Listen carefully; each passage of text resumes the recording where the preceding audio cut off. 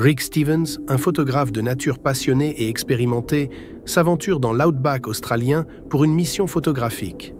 Seul dans son vieux 4x4, il parcourt des kilomètres de paysages arides, fasciné par la beauté brutale du désert. Mais une panne de moteur, en plein cœur d'une zone reculée, change la donne. Son véhicule immobilisé, il réalise qu'il est isolé dans une région déserte, à des centaines de kilomètres de la première ville. Rick rassemble ses provisions, quelques litres d'eau, des barres énergétiques et une boussole. Il espère que quelqu'un le trouvera rapidement. Pour économiser l'eau, il reste à l'ombre et rationne chaque goutte, convaincu que les secours arriveront. La première semaine, il survit en limitant ses mouvements, mais l'attente s'éternise. Alors que les jours passent, l'eau s'épuise. Rick tente de s'aventurer plus loin pour trouver une rivière asséchée. Il doit maintenant affronter la réalité de la déshydratation. Ses lèvres sont gercées, sa peau brûle, et chaque mouvement lui demande un effort colossal. La faim et la soif deviennent insupportables.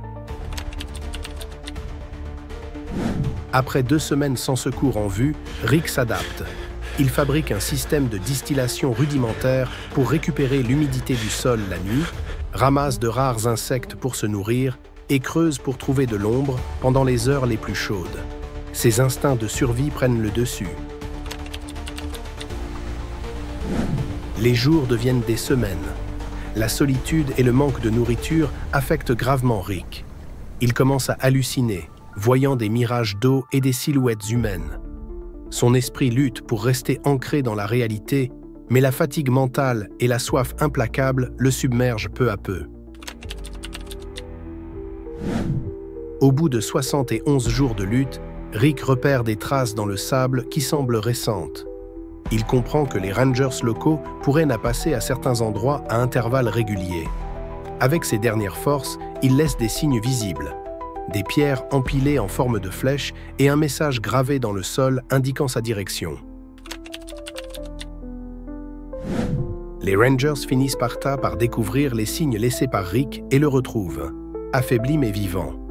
Il est transporté à l'hôpital où il reçoit des soins intensifs pour déshydratation sévère et malnutrition. Son expérience devient une leçon de résilience et de survie, saluée par les experts et les aventuriers. L'histoire de Rick Stevens est un témoignage poignant de la résistance humaine et de l'ingéniosité face aux situations désespérées.